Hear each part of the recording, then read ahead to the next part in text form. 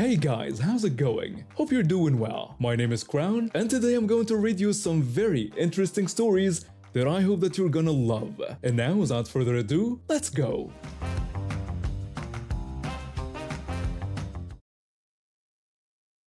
Last week I took a flight from Athens, where I've been visiting relatives, to London.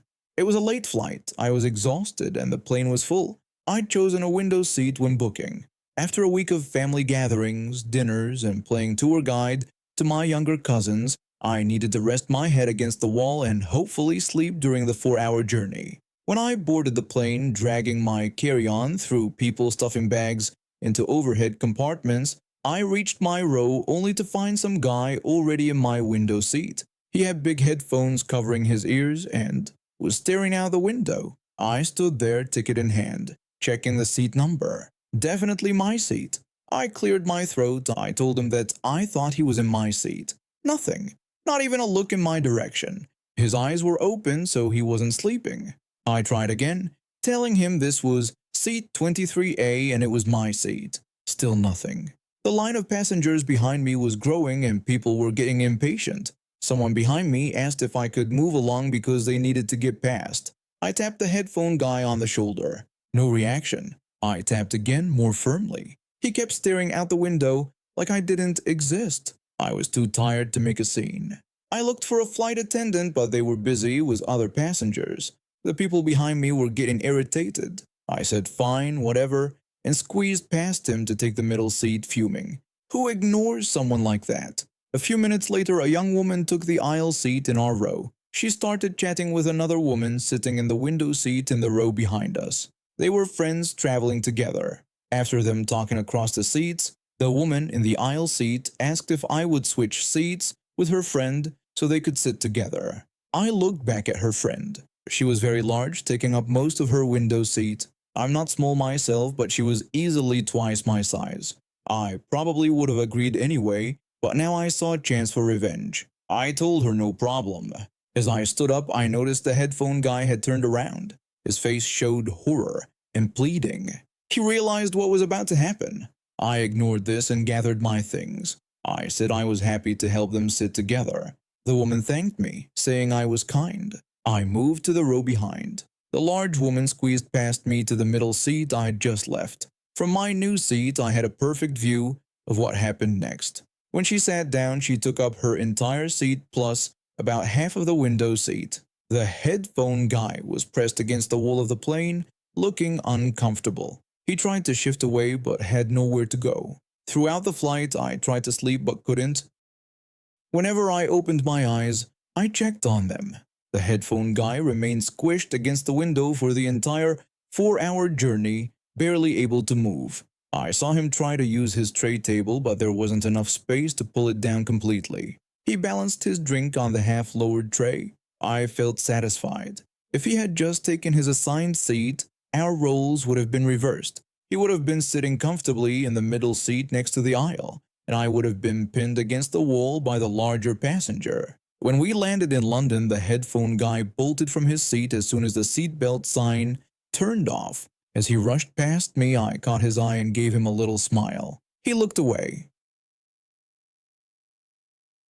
I was running along the Riverside Trail like I do most evenings after work when chaos erupted right before my eyes. I work at an accounting firm downtown, live in a modest apartment nearby, and try to stay in shape with daily runs along the river. The trail is usually peaceful, a few other joggers, some people walking dogs, maybe a cyclist or two. That evening was warm for April, so I decided to extend my route a bit further than usual. I was halfway through my run when I heard sirens blaring in the distance. At first, I didn't think much of it. Living in the city, you get used to emergency vehicles racing around, but the sound kept getting louder and closer. When I looked up toward the road that ran parallel to the river, I saw police cars with flashing lights, chasing a sedan that was weaving through traffic. The sedan stopped near the bridge ahead of me. The driver's door flew open and a woman jumped out. She ran toward the bridge railing while the police cars stopped behind her abandoned vehicle. The 2 officers jumped out shouting for her to stop. I slowed to a walk, watching the scene unfold. The woman climbed onto the railing of the bridge. The officers were closing in, hands outstretched, trying to talk her down. One of the officers told the woman to step down from the railing and that she had nowhere to go, but she wasn't listening. She jumped off the bridge, falling into the river below. I heard the splash and her screams. The woman screamed for help, saying she couldn't swim and begging for someone to save her. The officers looked at each other. One of them quickly removed his heavy gear, gun belt, bulletproof vest, shoes. The first officer told his partner to call for backup and an ambulance. His partner nodded and grabbed his radio while the first officer dove into the river. I moved closer. The woman was flailing in the water, panicking. The woman continued screaming that she was drowning and needed help. The officer swam toward her, trying to tell her he was coming and asking her to stay calm while he got her out. When he reached her, she began thrashing more violently, scratching at his face and arms. The woman yelled at him to get away from her, saying she refused to go to jail. The officer tried to explain that he needed to get her to shore first and asked her to stop fighting him. She refused, saying that she wouldn't let him arrest her. The officer told her that she would drown if she didn't allow him to help her. Despite her fighting him, the officer got an arm around her and began swimming toward the shore. I could see blood on his face where she had scratched him. The woman continued to fight him the entire way, making his rescue much more difficult. By this time, several other people had gathered along the riverbank watching. The second officer had made his way down to the shoreline and was waiting to help pull them out. When they reached the edge, the second officer helped drag the woman onto dry land. She lay there coughing for only a moment before she scrambled to her feet and tried to run away. The second officer told her to stop where she was. She ignored him and kept running. The officer pulled out his taser and fired. The woman collapsed to the ground, her body convulsing briefly before going still. The officer told her to stay down and that she was under arrest. He quickly moved to handcuff her. Meanwhile, the officer who had jumped into the river was sitting on the ground, looking exhausted and in pain. Blood was trickling from several deep scratches on his face and arms. The first officer said he was only trying to save her life.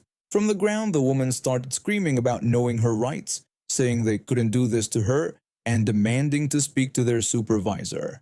The second officer told her that she was in trouble for trying to evade arrest, endangering herself and an officer, and assaulting him. I stood there, watching what was happening. Within minutes, more police cars and an ambulance arrived. The paramedics went to check on the injured officer, cleaning and bandaging his wounds. The paramedic told the officer that his scratches were deep and should be checked later to prevent infection. The officer thanked them and asked them to make sure the woman was okay too, saying it was standard procedure. The paramedics then checked on the woman, who was now in the back of a police car, but still yelling through the window. She seemed fine, just wet and angry. I approached one of the officers who had just arrived. I asked the officer if they needed a witness statement since I had seen everything. The officer told me that would be helpful and that they would need my information.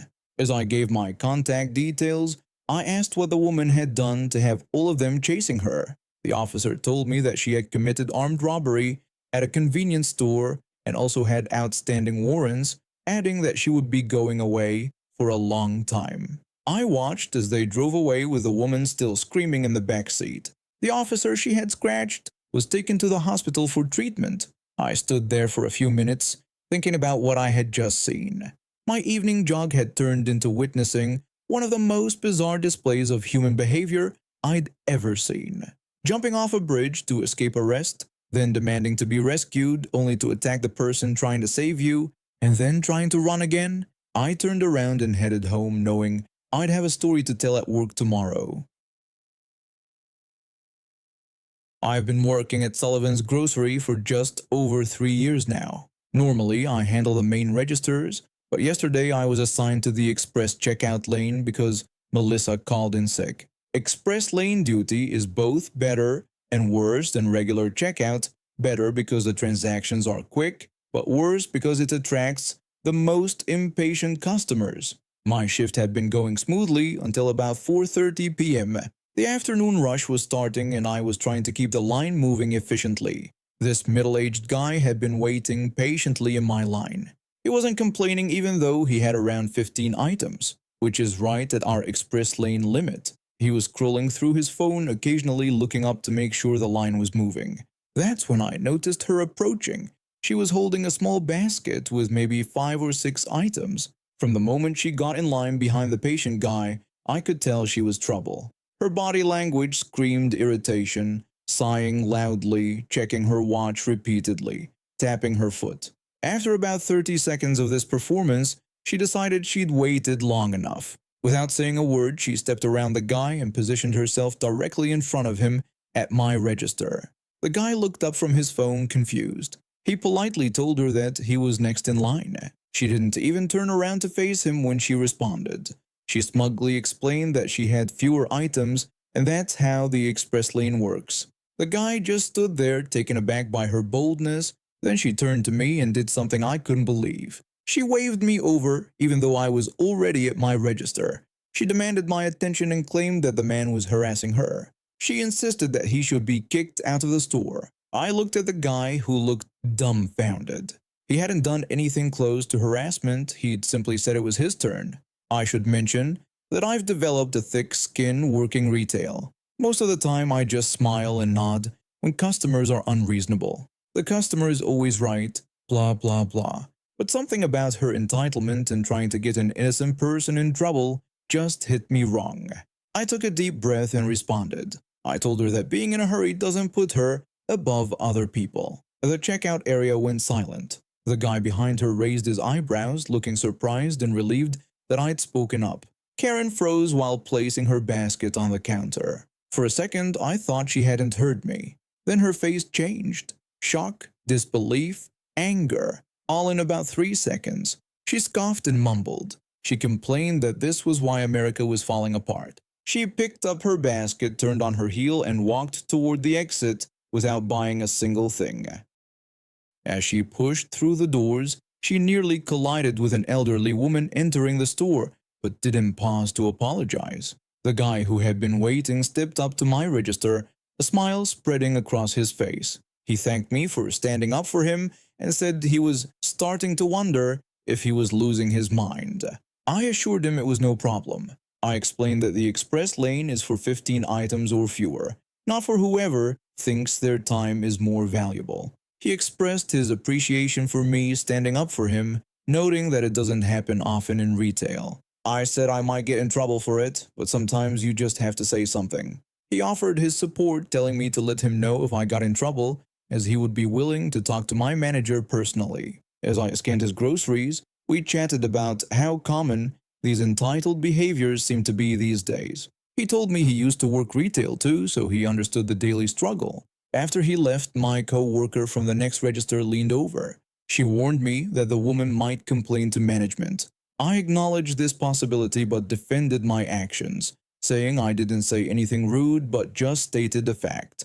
My co-worker agreed with me and complimented me on how I had put the entitled woman in her place. Turns out Karen did call the store about an hour later and asked to speak to the manager. My supervisor, who had been helping another customer nearby during the whole incident, took the call. After listening to her rant for a few minutes, he told her that he had witnessed the interaction himself and saw nothing unprofessional about my behavior. The patient guy came back today with a coffee for me and a handwritten thank you note. He said he was having a rough day yesterday, and seeing someone stand up for what's right gave him a bit of hope. So to the entitled Karen who thought she could cut in line and then get me in trouble, I hope you see this and realize that basic courtesy isn't optional just because you're in a hurry. The express lane, and life in general, works better when everyone waits their turn.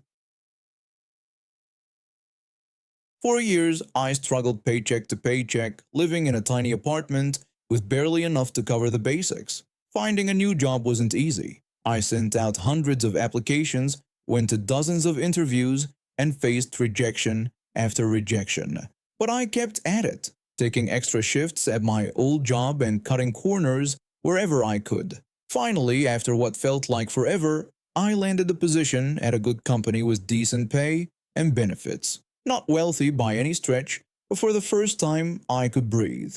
I could pay my bills without anxiety, put some money into savings, and occasionally treat myself to something small without feeling guilty.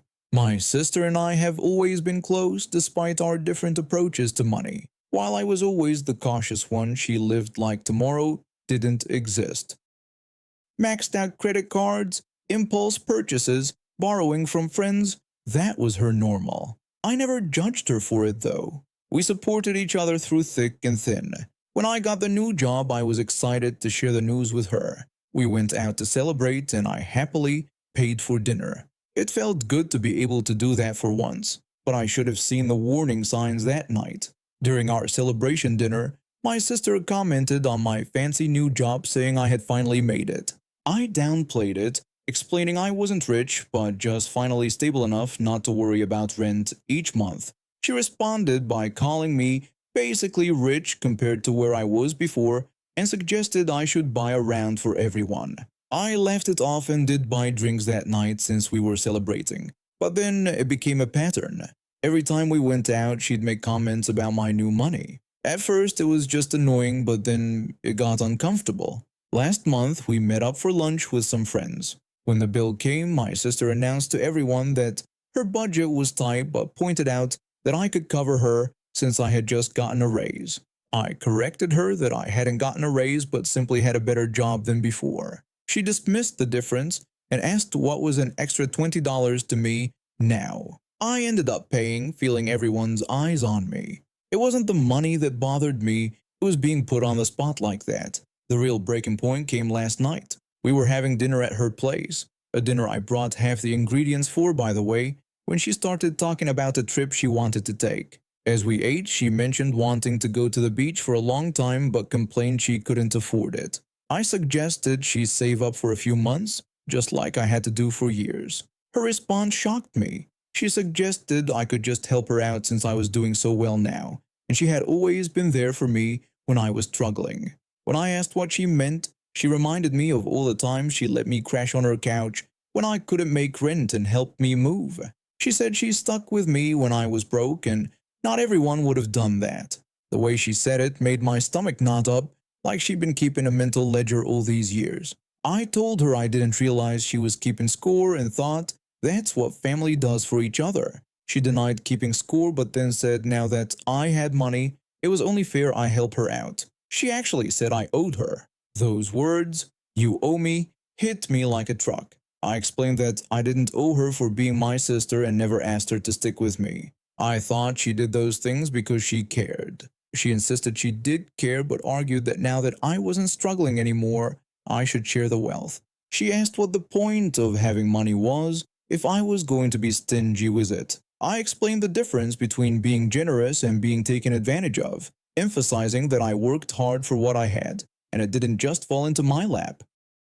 She took this personally, asking if I was saying she didn't work hard, and claimed I got lucky. I reminded her of the 200 applications I sent out, the overtime I worked for months to build savings, and the new skills I taught myself on weekends while she was out partying.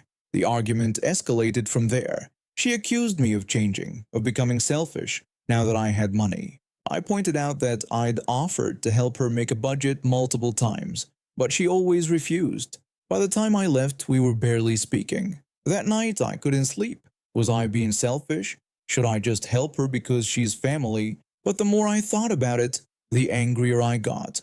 Why should I feel guilty for finally achieving some stability? The next morning, I made a decision. I called her and asked to meet at the coffee shop near her apartment. When we sat down, I had my laptop with me. At the coffee shop, I told her I'd been thinking about what she said about owing her. She started to backtrack, saying she was angry and didn't mean it, but I insisted we talk about it and figure out exactly what I owed her. I opened a spreadsheet I'd started the night before and explained that for the 3 times I stayed on her couch at a reasonable rate of $30 per night, that was $90. For helping me move twice, I valued it at $200 total. I told her I had listed everything I could remember her doing for me over the years. Her face started to change as I scrolled through the list. I mentioned that it came to about $890 by my calculations and asked if she'd like to go through what I'd done for her, like the $1,200 I lent her that she never paid back, or the countless times I picked up the check lately. She called the whole thing ridiculous and couldn't believe I was actually calculating this. I pointed out to her that this was exactly what she was doing when she said I owed her. I thought friendship and family meant supporting each other without keeping tabs, but apparently I was wrong. She stared at me for a long moment, then looked down at her coffee. She softened her tone and admitted she didn't mean it like that. She explained that seeing me doing well while she was still struggling was hard for her. I told her I understood and that I was happy to help sometimes, not because I owed her, but because I cared about her. But I made it clear I wasn't her ATM and wouldn't be guilted into funding her lifestyle. We talked for another hour. Really talked. About money, about our different approaches to it, about boundaries. It wasn't all resolved in that conversation, but it was a start.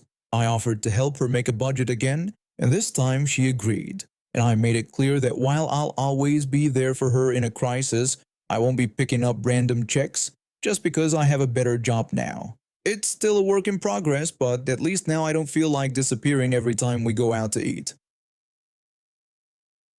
And now we have reached the end of today's stories. Thank you for watching, and see you next time.